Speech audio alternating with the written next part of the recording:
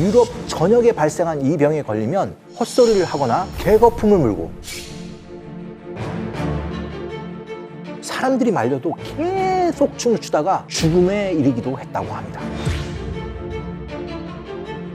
당시 사람들은 이 병의 원인을 몰랐고 그저 두려움에 떨었습니다. 후에 밝혀진 이 병의 이름은 중독. 중독에 걸려 괴로움에 몸부림치는 환자들이 해야 하는 일이 하나 있었는데요. 바로 어떤 그림을 보는 일이었습니다. 그런데 놀라운 사실은 이 그림은 원래 그림을 보는 사람이 고통을 느끼도록 그려진 그림이라는 점입니다. 안녕하세요. 한국예술종합학교 교수 미술학자 양정무입니다. 여러분, 오늘은 그림을 보기 전에 유럽의 한 마을로 여행을 떠나볼까요? 아기자기한 집들 사이로 작은 운하가 흐르는 소담한 마을. 그림 같은 풍경을 자랑하는 이곳은 콜마르라는 곳인데요. 이 마을 모습 왠지 굉장히 익숙하지 않으신가요? 바로 하울의 움직이는 성의 모델이 된 마을입니다. 만화 영화 속에서 튀어나온 이 비현실적일 정도로 예쁜 마을에 오늘 우리가 만나야 할 그림이 있는데요. 콜마르의 운터린덴 미술관에 소장된 문제의 그림은 콜마르의 아름다운 전경과는 전혀 어울리지 않는 충격적인 작품입니다. 이 그림을 보면 어둡고 음침하고 고통스럽기까지 한데요. 그런데 놀라운 사실은 이 그림은 원래 그림을 보는 사람이 고통을 느끼도록 그려진 그림이라는 점입니다. 미술 읽어드립니다 해서 동화 같은 마을에 숨겨진 충격적인 그림을 만나러 가보겠습니다. 흑사병이 창궐하던 유럽인들을 공포에 떨게 만드는 또 하나의 병이 있었는데요. 유럽 전역에 발생한 이 병에 걸리면 손끝, 발끝이 타들어가는 고통이 느껴지고 군데군데 손끝이 검게 괴사해서 결국은 사지를 절단하는 지경에 이르게 하는 병. 당시 사람들은 이 병의 원인을 몰랐고 그저 두려움에 떨었습니다. 후에 밝혀진 이 병의 이름은 맥각 중독. 오염된 호밀이나 보리 곡물을 섭취하면 걸리는 병이었는데요. 밀을 주식으로 하던 유럽인에게는 아주 치명적인 질병이었습니다. 게다가 이 병의 치명적인 증상은 또 있었는데요. 바로 병에 걸려 환각 증세까지 일어난다는 점입니다. 감각, 착각, 환각에 따르면 르네상스 시대에 일어난 실화라고 합니다. 빵 때문에 우연히 일어난 환각 사건들은 후에 진짜 환각제, LSD의 개발로 이어지는데요. LSD는 현재 한국에서 마약류 관리에 관한 법에 따라 향전신성 의약품으로 분류되어 있을 정도로 환각작용이 강합니다. 맥각 중독에 걸린 사람들은 이 환각에 취해 사람들이 말려도 계속 춤을 추다가 죽음에 이르기도 했다고 합니다.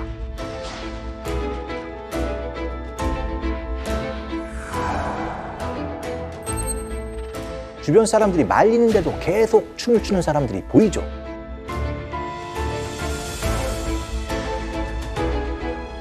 안데르센의 빨간 구두에 나오는 소녀가 계속해서 춤을 추는 것 역시 이 맥각 중독 환자를 묘사한 것이라는 이야기도 있습니다. 악마의 저주로 불리며 많은 사람들의 목숨을 앗아간 맥각 중독. 당시 사람들은 원인도 모른 채 병에 걸렸고 병에 걸린 사람들은 당시 병원의 역할을 했던 수도원에 따로 격리됐습니다. 그리고 병을 치유하기 위해 간절히 기도를 했죠.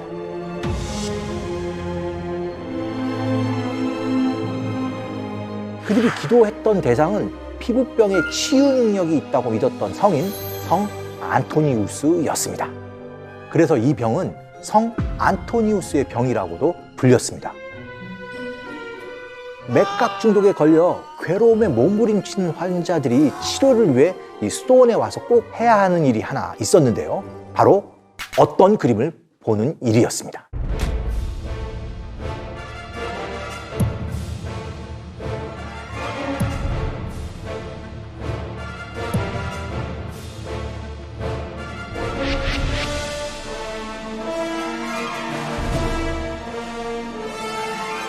이젠하임 제대화라고 불리는 이 작품은 이젠하임의 성 안토니우스 수도원에 전시된 작품이었습니다. 지금은 수도원이 사라지면서 콜마르의 미술관으로 이동하게 된 거죠. 중앙 패널 높이만 2.7m, 전체를 다 펼쳤을 때는 폭이 4m가 넘는 사람을 압도하는 크기의 그림이었는데요. 어떤 그림인지 볼까요?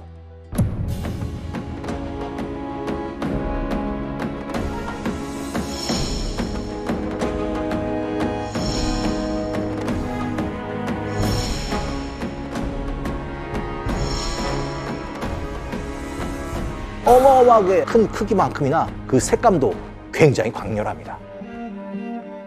그림 속 십자가에 못 박힌 예수의 인간적인 괴로움이 잘 드러나는 작품인데요.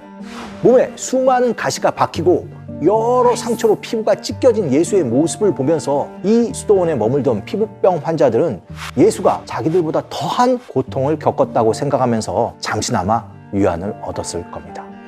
이 작품은 환자들의 고통에 철저히 공감하면서 그려진 그림인데요. 직접적으로 환자들의 고통을 그림 속에서 표현한 겁니다. 그림에 예수의 손을 한번 보세요. 손마디마디 하나하나가 고통에 차 부들부들 거리는 것이 표현되어 있죠. 손발이 타들어가는 고통을 느꼈을 맥각병 환자들을 연상시키게 하는 부분입니다. 특히 피고름이 맺힌 발가락은 실제로 맥각 중독에 걸린 환자의 발 사진과 비교해 봐도 아주 흡사합니다. 화가인 그리넨발트는 이 제대화를 그릴 때 맥각 중독증 환자를 직접 관찰하고 그렸을 겁니다. 이렇게 해서 발톱이 문드러져가는 모습까지 생생하게 그릴 수 있었던 거죠. 하지만 이젠하임 제대화가 예수가 겪은 고통만 담아낸 건 결코 아니었습니다. 이 그림 뒤에는 또 다른 그림이 숨겨져 있는데요. 평상시에는 고통받는 예수의 그림을 보다가 축일에는 숨겨진 그림을 공개합니다. 그림의 색감부터 확 다르죠? 앞면의 무거운 분위기에 비해 밝은 색채와 구성, 확실히 즐거운 분위기로 그려진 그림입니다.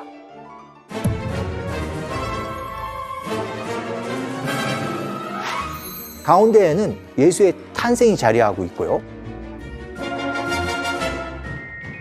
왼쪽에는 성모가 예수를 잉태할 것을 고지받는 장면이 나옵니다.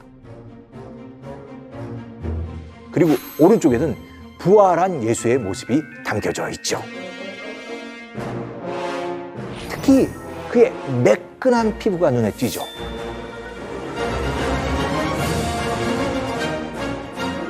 예수가 부활을 통해 자유로워진 것처럼 환자들도 언젠가 구원받아 고통에서 벗어날 수 있다는 환자들의 염원과 희망의 메시지를 담은 거죠.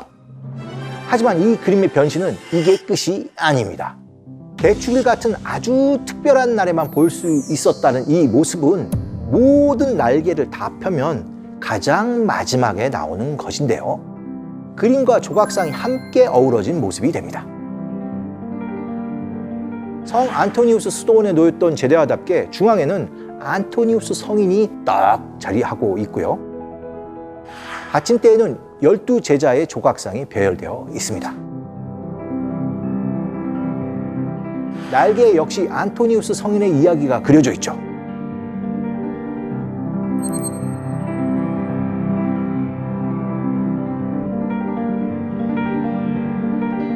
참고로 안토니우스 바로 옆에 이 수도원 원장의 모습도 있고요. 한 사람이 봉헌물을 바치는데 거기에 돼지가 있는데요. 이 돼지의 기름이 그 피부를 또 치료하는 데서 쓰였기 때문에 치유의 의미를 여기서도 찾을 수도 있을 것 같은데요.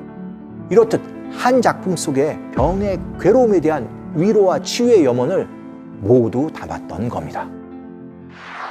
그림 속에 무시무시한 전염병과 치유의 염원을 담았던 화가들은 근대에도 있었습니다. 20세기 최악의 팬데믹으로 꼽히면서 단 2년 만에 5억 명을 감염시켰던 살인적인 질병 스페인 독감. 그 스페인 독감에 걸린 뒤 괴로움을 그림으로 표현했던 건데요. 대표적 화가가 바로 노르웨이의 국민화가 에드바르트 뭉크입니다.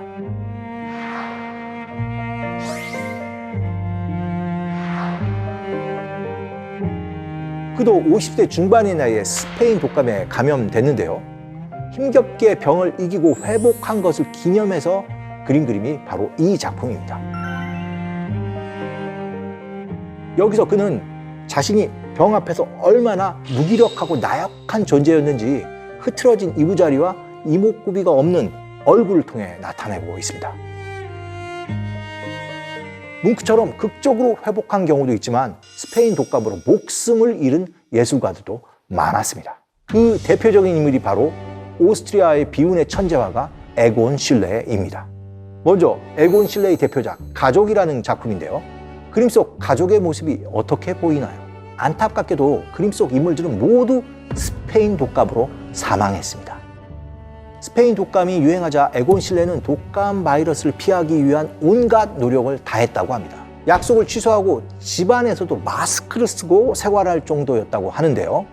그러나 모든 노력이 무색하게 그의 아내가 스페인 독감에 걸리고 맙니다. 당시 그가 어머니에게 쓴 편지가 남아 있는데요. 9일 전 에디트가 전염병에 걸려 폐렴을 앓고 있습니다. 상태가 아주 절망적이어서 목숨이 위태롭습니다. 저는 최악의 사태에 대비해 마음의 준비를 하고 있습니다.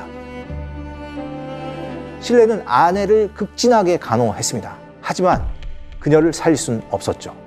당시 임신을 하고 있던 아내는 아이와 함께 죽음의 문턱을 넘어갑니다. 에곤 실레가 그린 가족은 사실 아내가 병마를 이겨내고 태어날 아이를 기다리며 그렸던 희망을 담은 상상화였던 거죠. 아내와 뱃속의 아이가 죽고 3일 만에 에곤 실레도 스페인 독감에 걸려 사망하고 맙니다. 28년 4개월, 짧은 나이로 천재 화가가 생을 마감하게 된 거죠. 화가는 시대를 그리는 예술가입니다. 하지만 그게 비단 아름답고 좋은 시절뿐만은 아니겠죠. 팬데믹, 전쟁과 같은 시대의 아픔 역시 화가의 그림 속에 담깁니다. 그런 그림을 통해서 그 시대의 사람들이 얼마나 고통스러웠고 그러한 시대 상황이 얼마나 참담했는지 알 수 있는 거죠. 하지만 화가는 그저 시대의 상황을 있는 그대로 그리는 것에 그치지 않고 그림 속에 희망의 메시지까지 담아내기도 합니다. 그 시대에 대한 해석과 다음 세대에 다가올 희망을 그리는 것이죠. 그건 역시 화가의 몫이라고 할 수 있겠습니다.